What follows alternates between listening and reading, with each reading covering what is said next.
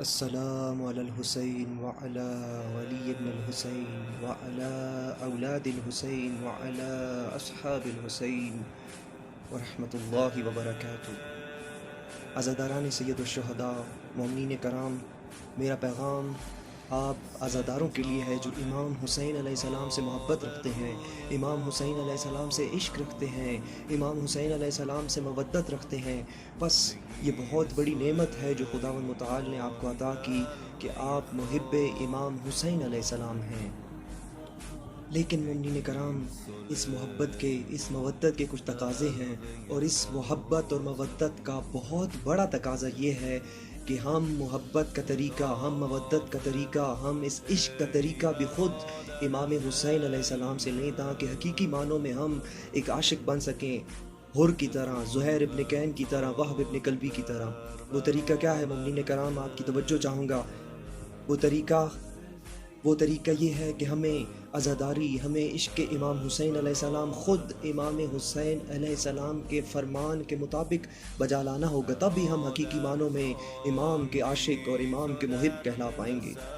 لیکن مومنین کرام، ایک غلطی اور ایک اصلاح کا پہلو جو آپ کی خدمت میں پیش کرنا چاہتا ہوں، یقیناً آپ نے اسے سنا اور عقل سے کام لیا تو یقیناً آپ ہدایت پائیں گے اور یقیناً آپ کی اصلاح ہوگی۔ وہ اہم نقطہ یہ ہے کہ بہت سارے محبین امام حسین علیہ السلام، امام کے عاشق اور عزادار عشق کرتے ہیں، عقیدت کرتے ہیں، ان کی محبت اور عقیدت میں کوئی شک نہیں ہے، کیونکہ اس محبت اور اس عقیدت کے اظہار کے لیے عملی طور پہ وہ بہت کچھ کرتے ہیں، جو کہ اس محبت کے اظہار کا ایک ثبوت ہے۔ لیکن مومنین کرام، یہ بہت اہم ہے کہ محبت کا طریقہ کیا؟ ہمارا محبت کا طریقہ خود اسلام کے بیان کردہ خواہش و آرزو کے مطابق ہے یا نہیں؟ یہ بہت اہم ہے مومنین کرام۔ نہیں تو ایسا نہ ہو کہ ہم عشق تو بہت کر رہے ہوں، مودت تو بہت کر رہے ہوں، لیکن ہماری یہ طریقہ، ہماری یہ روش ہو سکتا ہے امام کو پسند نہ آئے۔ لہٰذا مومنین کرام، یہاں آپ کی خدمت میں خود والد گرامی امام حسین علیہ السلام، حضرت امیر المؤمنین علی بن ابی طالب علیہ السلام کا ایک خطبہ آپ کی خدمت میں پیش کرنا چاہوں گا، جس میں ہمارے لیے بہت بڑا میسج موجود ہے، جس میں ہمارے لیے ایک بہت بڑا پیغام موجود ہے۔ اگر ہم چاہیں تو اپنے آپ کو تبدیل کر سکتے ہیں مومنین کرام۔ جب امام علی علیہ السلام کا گزر، ایک جنگ کے لیے امام علی علیہ السلام روانہ ہو رہے تھے، اور امام علی علیہ السلام کا گزر انبار شہر سے ہوا، تو انبار شہر کے لوگوں نے امام عالی مقام کا استقبال کیا، امام علیہ السلام کی تعظیم کی۔ لیکن یہاں پہ اہم نقطہ یہ ہے کہ وہ لوگ جو محبت رکھتے تھے امام علیہ السلام سے، تب ہی امام کی تعظیم کے لیے آئے، امام سے عشق رکھتے تھے، امام سے محبت رکھتے تھے اور امام کے چاہنے والے تھے، لیکن انہوں نے تعظیم کا طریقہ، محبت کا طریقہ، عقیدت کا جو طریقہ تھا وہ اپنایا۔ انہوں نے یہ نہیں دیکھا، انہوں نے یہ نہیں جانچا، وہ اس نقطے تک نہیں پہنچے کہ ہمارے امام کیا چاہتے ہیں، ہمارے امام کی آرزو کیا ہے، بلکہ انہوں نے اپنے سے ایک طریقہ نکالا، اور نہج البلاغہ میں اس کے لیے لفظ استعمال ہوا ترجل، کہ جب امام علی علیہ السلام شہر انبار سے گزرے تو وہاں کے جو لوگ تھے، جن میں کسان تھے اور باقی افراد تھے، انہوں نے امام علی علیہ السلام کے استقبال کے لیے ترجل کیا۔ تو امام علی علیہ السلام نے پوچھا کہ یہ لوگ کیا کر رہے ہیں؟ تو ان لوگوں نے جواب دیا کہ ہم اپنے امراء، اپنے سرداروں کی تعظیم کے لیے یہ طریقہ اختیار کرتے ہیں۔ لیکن مومنین کرام، اب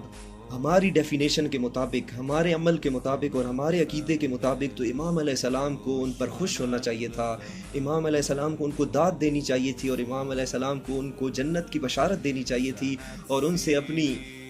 خوشی اور اپنی راحت کا اعلان کرنا چاہیے تھا، ان کے سامنے اس بات کا اظہار کرنا چاہیے تھا کہ میں آپ سے راضی ہوں۔ لیکن مومنین کرام، ایسا نہیں ہوا، بلکہ امیر المومنین علیہ السلام نے ان لوگوں کو سمجھایا کہ تم نے یہ جو طریقہ انجام دیا ہے، میں اس سے خوش نہیں ہوں، اور فرمایا کہ اس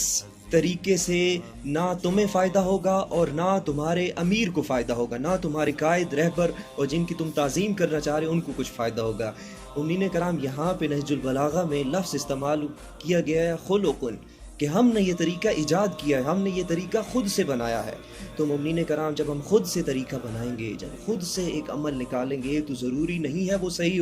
ہو سکتا ہے ہمارے آبا و اجداد اس کو کرتے آ رہے ہوں، ہمارے دادا پردادا اس کو کرتے آ رہے ہوں، لیکن یہ اس کے صحیح ہونے کی دلیل نہیں ہے۔ اور امام نے فرمایا کہ یہ عمل دنیا میں تمہارے لیے تھکاوٹ ہے اور آخرت میں تمہارے لیے سزا کا باعث ہوگا۔ لہٰذا بہت اہم ہے کہ ہم عزاداری کے طریقے کو جانچیں، کہ جس طریقے سے میں عزاداری کر رہا ہوں، جس طریقے سے میں امام علیہ السلام کی خدمت میں نذرانۂ عقیدت پیش کر رہا ہوں، کیا وہ امام کی چاہت کے مطابق ہے؟